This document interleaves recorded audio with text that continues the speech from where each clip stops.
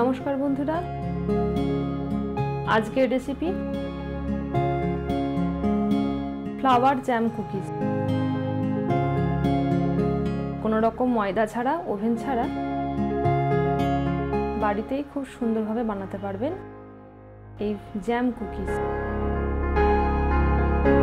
তবে চলুন শুরু করা যাক।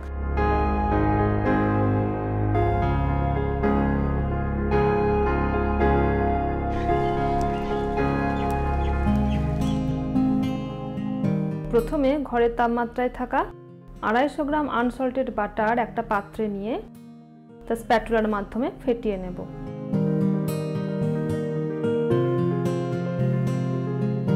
এবারে ঘরের তাপমাত্রায় থাকা কনডেন্সড মিল্ক 130 গ্রাম নিয়ে নেব। মিশ্রণটিকে ভালোভাবে ফেটিয়ে নেব।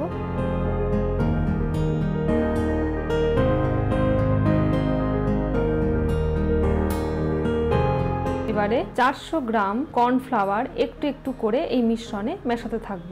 3 কাপ মতন কর্নফ্লাওয়ার আমি ব্যবহার করেছি।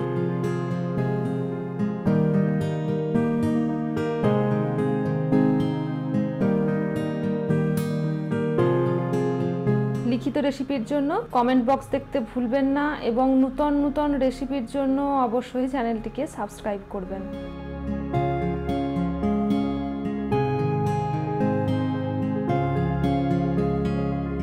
এরকম ভাবে অল্প অল্প করে কর্নফ্লাওয়ার এই মিশ্রণের সাথে মেশাতে থাকুন।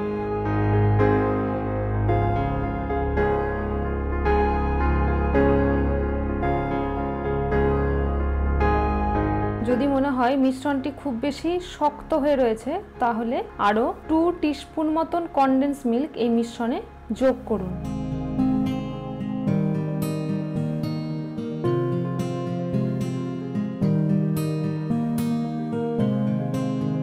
মিশ্রণটি যেন নরম হয় সেরকম ভাবে মাখবেন এবং মিশ্রণের মধ্যে যাতে কোনো রকম দলা পেকে না থাকে সেটা লক্ষ্য করবেন। মিশ্রণটি মসৃণ হবে। হাফ টিস্পুন ভ্যানিলা এসেন্স যোগ করুন।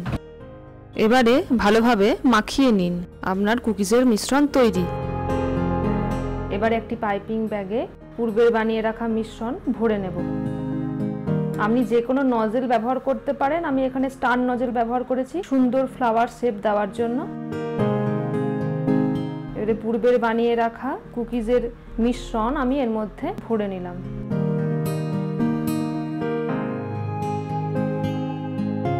এবারে মাইক্রোওয়েভ প্রুফ দুটো থালা আমি আনসল্টেড বাটার দিয়ে গ্রিস করে নিয়েছি।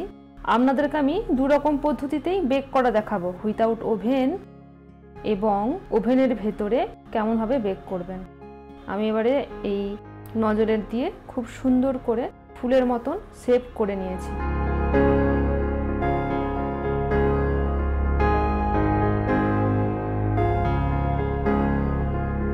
ফুলের মাঝে ছোট ছোট করে গর্ত করে দিন, যাতে আপনি এর মধ্যে জ্যাম দিতে পারেন।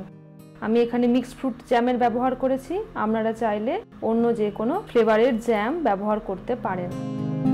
এবারে এগুলোকে ফ্রিজে 1 ঘন্টার জন্য সেট হতে দিন। ফ্রিজ থেকে 1 ঘন্টা পর বার করে নিয়ে এরকম প্রিহিটেড পটের ভেতরে বেক করতে দিন। মাত্র 10 মিনিট লাগবে এগুলো বেক হতে। কোনো ফুটো থাকলে কাগজ দিয়ে বন্ধ করে দিন। দেখুন কত সুন্দর ওভেন ছাড়া বেক করা হয়েছে। আর আপনারা যদি চান ওভেনে বেক করতে, তাহলে কনভেকশন মোডে 170 ডিগ্রি প্রিহিটেড ওভেনে বেক করে নেবেন। এক্ষেত্রে 10 থেকে 15 মিনিট লাগবে।